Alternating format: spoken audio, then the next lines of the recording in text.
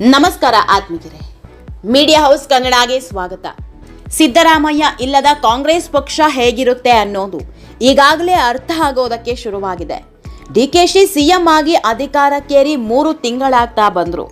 ಒಂದೇ ಒಂದು ದಿನವೂ ನೆಮ್ಮದಿಯಾಗಿ ಸರ್ಕಾರ ನಡೆಸೋದಕ್ಕೆ ಆಗ್ತಾ ಇಲ್ಲ. ಪಕ್ಷದ ಜಂಜಾಟಗಳನ್ನ ಪಕ್ಕಕ್ಕಿಟ್ಟು ಆಡಳಿತದ ಕಡೆಗೆ ಗಮನ ಕೊಡೋದಕ್ಕೆ ಆಗ್ತಾ ಇಲ್ಲ. ಕೊನೆ ಪಕ್ಷದ ಬೆಳವಣಿಗೆಗಳನ್ನ ಯಾರದಾದ್ರೂ ಹೆಗಲಿಗೆ ಹಾಕೋಣ ಅಂದ್ರೆ ಅದು ಆಗ್ತಾ ಇಲ್ಲ. ಯಾಕಂದ್ರೆ ಸರ್ಕಾರ ಸುಸೂತ್ರವಾಗಿ ನಡೀಬೇಕು ಅಂದ್ರೆ ಎಲ್ಲಾ ಶಾಸಕರು ಒಟ್ಟಾಗಿ ಹೋಗಲೇಬೇಕು. ಹೀಗಾಗಿಯೇ ಅಸಮಾಧಾನಿತರ ಸಿಟ್ಟು ಅನ್ನೋದು ಡಿಕೆಶಿಗೆ ನುಂಗಲಾರದ ತುತ್ತಾಗಿ ಪರಿಣಮಿಸಿರೋದು. ಇದರ ಮಧ್ಯೆ ಈಗ ನಾಗೇಂದ್ರ ವಿರುದ್ಧ ದೋಸ್ತಿ ನಾಯಕರು ದೊಡ್ಡ ಮಟ್ಟದಲ್ಲಿ ಹೋರಾಟ ಮಾಡ್ತಾ ಇದ್ದಾರೆ. ಕೇಂದ್ರ ಸರ್ಕಾರದಲ್ಲಿ ಧರ್ಮೇಂದ್ರ ಪ್ರಧಾನ್ರನ್ನ ಸಚಿವ ಸ್ಥಾನದಿಂದ ಕೆಳಗಿಳಿಸಿದಂತೆ ಇಲ್ಲೂ ನಾಗೇಂದ್ರರನ್ನ ಕೆಳಗಿಳಿಸಬೇಕು ಅನ್ನೋದು ಬಿಜೆಪಿಯವರ ಲೆಕ್ಕಾಚಾರ ಇದ್ದಂತೆ ಇದೆ. ಹೀಗಾಗಿಯೋ ಏನೋ ಅಧಿವೇಶನವನ್ನ ಒಂದೇ ಒಂದು ದಿನವೂ ಸುಸೂತ್ರವಾಗಿ ನಡೆಯೋದಕ್ಕೆ ಬಿಡ್ತಾ ಇಲ್ಲ.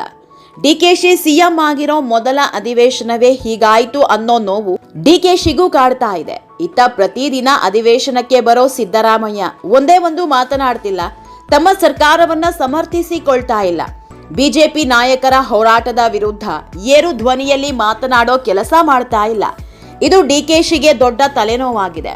ಇದೆಲ್ಲದರ ಮಧ್ಯೆ ಈಗ ಸಿದ್ದರಾಮಯ್ಯ ಮತ್ತೊಂದು ದೊಡ್ಡ ಹೆಜ್ಜೆ ಇಟ್ಟಿದ್ದಾರೆ. ಕಾಂಗ್ರೆಸ್ ಪಕ್ಷದೊಳಗೆ ಹಂಗಾಮ ನಡೀತಾ ಇರೋ ಹೊತ್ತಲ್ಲೇ ಹೊಸ ದಾಳ ಉರುಳಿಸಿದ್ದಾರೆ ಅನ್ನೋ ಮಾತು ಕೇಳಿ ಬರ್ತಾ ಇದೆ. ಸಿದ್ದರಾಮಯ್ಯ ಪುತ್ರ ಯತೀಂದ್ರ ಸಿದ್ದರಾಮಯ್ಯ ಸತೀಶ್ ಜಾರಕಿಹೊಳಿಯನ್ನ ಭೇಟಿ ಮಾಡಿರೋದು ದೊಡ್ಡ ಮಟ್ಟದ ಚರ್ಚೆಗೆ ಕಾರಣ ಆಗಿದೆ. ಗುರು ಶಿಷ್ಯರ ಮಧ್ಯೆ ಬಿರುಕು ಮೂಡಿದೆ ಅನ್ನೋ ಆರೋಪಗಳ ಮಧ್ಯೆ ದೊಡ್ಡದೊಂದು ಬೆಳವಣಿಗೆ ಆಗ್ತಾ ಇದೆ. ಅದು ಕೂಡ ಅಹಿಂದ ಸಮಾವೇಶ ಹತ್ತಿರ ಬರ್ತಾ ಇರೋ ಹೊತ್ತಲ್ಲೇ ಅಹಿಂದ ನಾಯಕರು ಒಂದಾಗ್ತಿರುವಂತೆ ಕಾಣ್ತಾ ಇದೆ. ಈ ಬಗ್ಗೆ ಕಂಪ್ಲೀಟ್ ಆಗಿ ಹೇಳ್ತಾ ಹೋಗ್ತೀವಿ. ವಿಡಿಯೋನ ಸ್ಕಿಪ್ ಮಾಡದೆ ಕೊನೆವರೆಗೆ ನೋಡಿ. ಅಲ್ಲದೆ ನಮ್ಮ ಚಾನೆಲ್ನ ಸಬ್ಸ್ಕ್ರೈಬ್ ಮಾಡೋದನ್ನ ಮರಿಬೇಡಿ. ಆತ್ಮೀಯರೇ, ರಾಜಕಾರಣ ಅನ್ನೋದೇ ಹಾಗೆ, ಅದೊಂಥರ ಹರಿಯೋ ನೀರಿದ್ದಂತೆ. ಇವತ್ತಿದ್ದಂತೆ ನಾಳೆ ಇರಲ್ಲ. ಇಲ್ಲಿ ಶತ್ರುಗಳು ಇರಲ್ಲ, ಮಿತ್ರರೂ ಇರಲ್ಲ.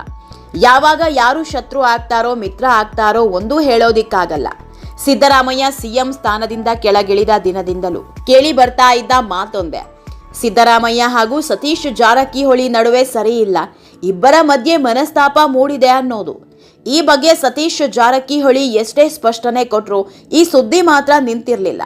ಕೊನೆಗೆ ಸತೀಶ್ ಜಾರಕಿಹೊಳಿಗೆ ನಮ್ಮ ನಡುವೆ ಯಾರೋ ಹುಲಿ ಹಿಂಡೋ ಕೆಲಸ ಮಾಡಿದ್ದಾರೆ ಅಂತ ಒಪ್ಕೊಂಡಿದ್ರು. ಅಲ್ಲಿಗೆ ಸಣ್ಣದೊಂದು ಬಿರುಕು ಮೂಡಿದೆ ಅನ್ನೋದು ಕನ್ಫರ್ಮ್ ಆಗಿತ್ತು. ಆದ್ರೀಗ ಆ ಬಿರುಕನ್ನ ಅಳಿಸಿ ಹಾಕೋದಕ್ಕೆ ಸ್ವತಃ ಸಿದ್ದರಾಮಯ್ಯ ಮುಂದಾದಂತೆ ಕಾಣ್ತಾ ಇದೆ.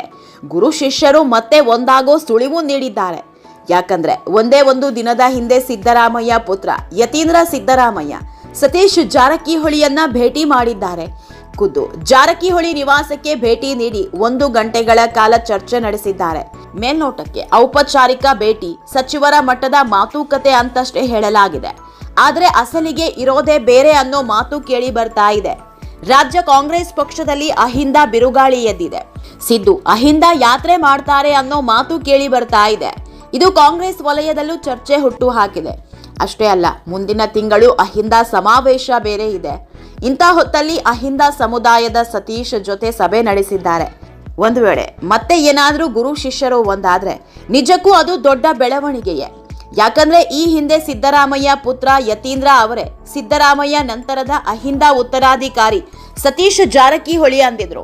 ಅಲ್ಲದೆ ಅದೆಷ್ಟೇ ಮುನಿಸಿನ ಸುದ್ದಿ ಹರಿದಾಡಿದ್ರು ಡಿಸಿಎಂ ಸ್ಥಾನ ಕೊಡಿಸೋದಕ್ಕೆ ಸಿದ್ದು ತುಂಬಾ ಸರ್ಕಸ್ ಮಾಡಿದ್ರು ಅನ್ನೋ ಮಾತಿತ್ತು. ಹೀಗಾಗಿ ಗುರು ಶಿಷ್ಯರು ಒಟ್ಟಾಗಿಯೇ ಅಹಿಂದ ದಾಳ ಉರುಳಿಸ್ತಾರಾ ಅನ್ನೋ ಚರ್ಚೆ ಹುಟ್ಕೊಂಡಿದೆ. ಒಂದು ವೇಳೆ ಇದೇ ರೀತಿ ಆಗಿದ್ದೇ ಆದ್ರೆ ಡಿಕೆಶಿ ಹಾಗೂ ಹೈಕಮಾಂಡ್ಗೆ ದೊಡ್ಡ ತಲೆನೋವಾಗೋದ್ರಲ್ಲಿ 2 ಮಾತಿಲ್ಲ.